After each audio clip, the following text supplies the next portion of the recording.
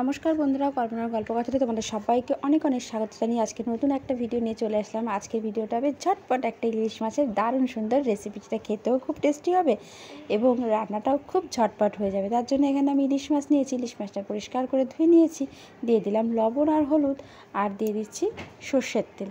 সর্ষের তেল এখানে আমি 4 টেবিল স্পুন মতন দিয়ে দিয়েছি।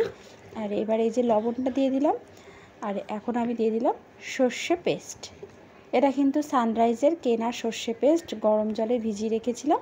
তো ভালো করে এখন মেখে নিচ্ছি, খুব সুন্দর করে মেখে নিচ্ছি। এই রান্নাটা কিন্তু ঝটপট হয়ে যায়, জানো তো, আর মানে ভীষণ টেস্টি হয় খেতে, ভীষণ টেস্টি হয়। তোমরা একবার অবশ্যই বাড়িতে এভাবে বানিও। আর এবারে আমি দিয়ে দিলাম জিরের গুঁড়ো, ধনের গুঁড়ো। তো দিয়ে ভালো করে খুব সুন্দর করে মেখে নিচ্ছি। দেখো কত সুন্দর হয়েছে কালারটা। আর এখানে আমি একটু তেল দিয়ে দিয়েছি, তেলের মধ্যে দিয়ে দিলাম গোটা জিরে ফোড়ন।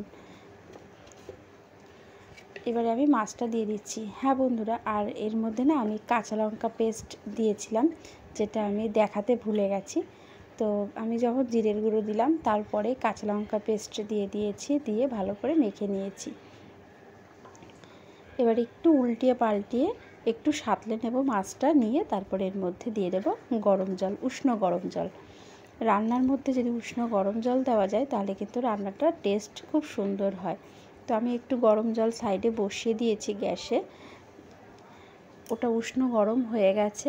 তো একটু উল্টিয়ে পাল্টে সাঁতলে নিয়েছি, আর যে গামলাটার মধ্যে আমি মেখেছিলাম সেই গামলাটা ধুয়েই জলটা দিয়ে দিলাম।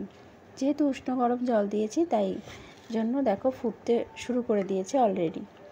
এবারে আমি এটা 5 মিনিটের জন্য একদম মিডিয়াম আঁচে ঢেকে রান্না করে নেব, তাহলেই কিন্তু খুব সুন্দরভাবে ইলিশ মাছ সেদ্ধ হয়ে যাবে। 5 মিনিট পরে ঢাকনাটা খুলে নিয়েছি।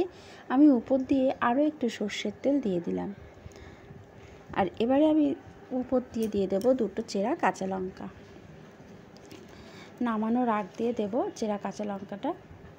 তো দেখো বন্ধুরা, ঝোলটা কিন্তু অনেকটাই শুকিয়ে এসছে।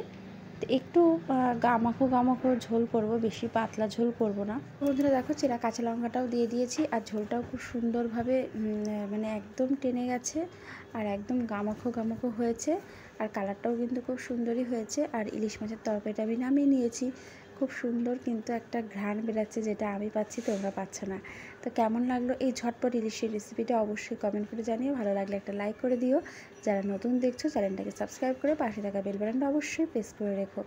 সবাই ভালো থেকো, টাটা।